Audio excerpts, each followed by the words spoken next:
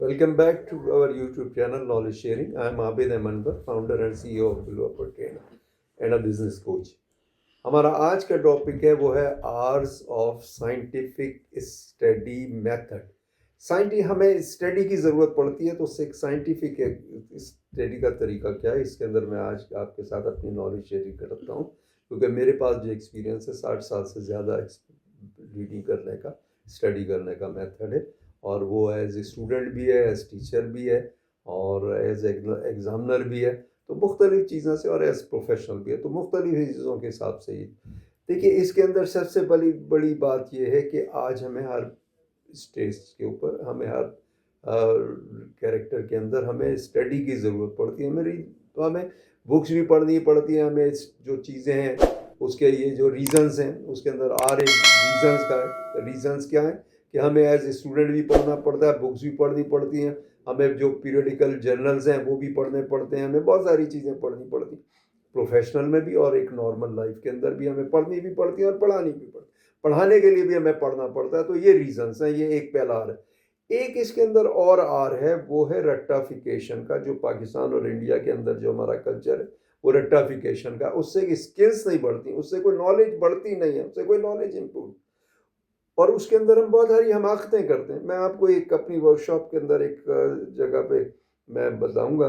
मेरी एक वर्कशॉप पे एक जो एनजीओ है सिंध की, बहुत बड़ी, पाकिस्तान की बहुत बड़ी एनजीओ है, और उसके सीईओ मेरी वर्कशॉप अटेंड कर रहे थे, और ऐसी डिस्कशन के अंदर उन्होंने कहा कि जी एक दफ़ा ये हुआ कि हमारा एक जो डॉक्टर था उसने कहा जी इस बंदे के तो जिसमें खून ही नहीं है, हालांकि वो उसने एमबीबीएस किया हुआ था और डॉक्टर था। उन्होंने कहा भाई ऐसे कैसे हो सकता है, जब जाके देखा तो वो गलत तरीके से निडल डाल रहा था और उसकी वजह से वो ब्लड नहीं था। तो ये रेक्टिफिकेशन का ये अच्छा, अब रीडिंग मेथड्स की तरफ आ जाते हैं। अगर हम कोई भी बुक लें, कोई भी चैप्टर पढ़ें, कोई भी चीज़ पढ़ें, तो उसके अंदर क्या होता है, इंट्रोडक्शन होता है उसके अंदर, और उसके अंदर फिर जो है कुछ बोल्ड लफ्ज होते हैं, कुछ हेडिंग्स होती हैं, सब हेडिंग्स होती हैं, एग्जेक्टिव समरी होती है, फिर आखिर में क्वेश्चंस होते हैं।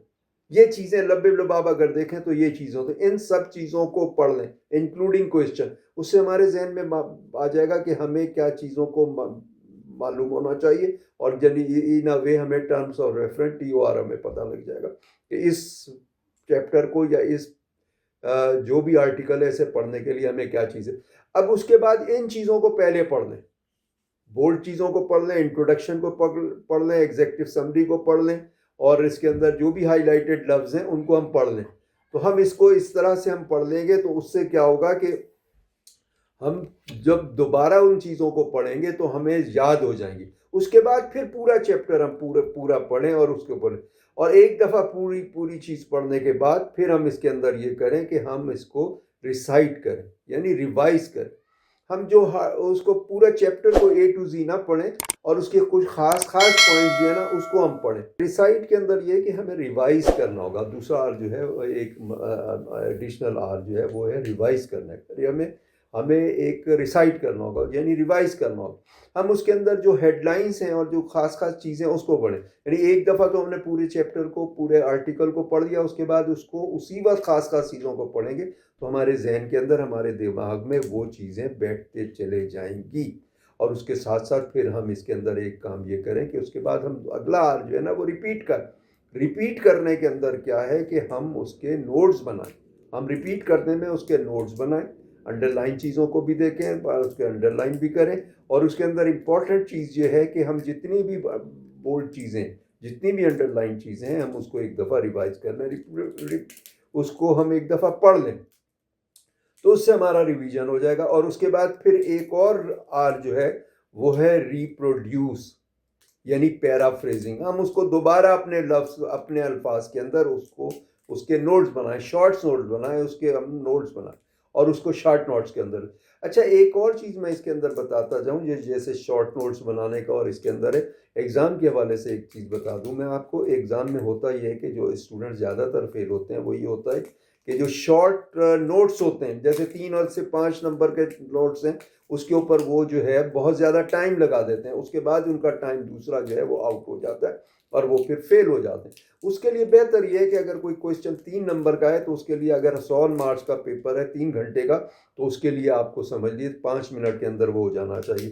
اور اگر وہ 5 منٹ کا کوشچن ہے تو 7 منٹ میں ہونا چاہیے. تو آپ اس کے اندر وہ ٹائم اس کے اندر دیکھیں, ٹائم فریم کے حساب سے, ٹائم جتنا ایلوکیٹ ہوتا ہے اس کے حساب سے کریں. تو یہ پیرافریزنگ کریں اس کو. اس کے بعد ریویو کریں اوکیجنلی. 3 دن کے بعد ایک دفعہ ریویو کر لیں, 1 ہفتے کے بعد ریویو کر لیں, پھر 2 ہفتے کے بعد ریویو کر لیں, پھر مہینے کے بعد ریویو کر لیں. اس کے اندر صرف انڈر لائن اور جو دوسرے بولڈ لفظ ہیں صرف انہیں کو پڑھ لیں. اس سے کیا ہوتا ہے, اس طرح سے ہمیں وہ چیز یاد ہو جاتی ہے اور وہ پھر ہمیں ایگزام کے وقت بھولتے نہیں. جب ہم رٹا لگاتے ہیں تو ایگزام میں کوشچن کرتے ہوئے ہمیں یاد نہیں ہوتا کہ پہلا لفظ کیا تھا, پہلا سینٹنس کیا تھا, اور اس کی وجہ سے ہم بھول جاتے ہیں اور اس کے اندر وہ ہماری مسٹیک ہو جاتی. تو ہمیں جو ریوائز کرنے کے اندر اور ریویو کرنے کے اندر صرف وہی چیزیں کرنی ہوں گی جو بولڈ لفظ ہوں گے, جو انڈر لائن ورڈس ہوں گے, یا ڈیفینیشن ہو, یا انٹروڈکشن اور ایگزیکٹو سمری. صرف ان چیزوں کو کریں گے. اس طرح سے ہم پڑھیں گے تو انشاءاللہ ہم کبھی فیل نہیں ہوں گے, اور ہم کبھی زندگی میں جو بھی پریزنٹیشن دینی پڑتی ہے یا جو بھی ہمیں کسی بھی انالیٹیکل رپورٹ کے اوپر انالیٹیکل ریویوز دینے پڑتے ہیں, ہم کبھی بھی اس کے اندر ناکام نہیں ہوں گے. اور ہمیں ہر زندگی کے ہر موڑ پہ, ہر لمحے میں ہمیں ایجوکیشن کی ضرورت پڑتی ہے, چاہے ہم اسٹوڈنٹس ہوں یا ہم امپلائر یا امپلائی, کچھ بھی کر رہے ہوں ہم زندگی میں, چاہے فنکشنل مینیجر ہو, تو ہمیں ضرورت پڑتی ہے پڑھنے. اگر ہم اس طریقے سے پڑھیں گے تو ہم بہت زیادہ کامیاب ہوں گے اور ہمارے ریزلٹس بہت اچھے آئیں گے. تو آج کے لیے اتنا ہی, پھر انشاءاللہ نیکسٹ ولاگ پہ ملاقات ہوتی ہے. ٹل دین اللہ حافظ.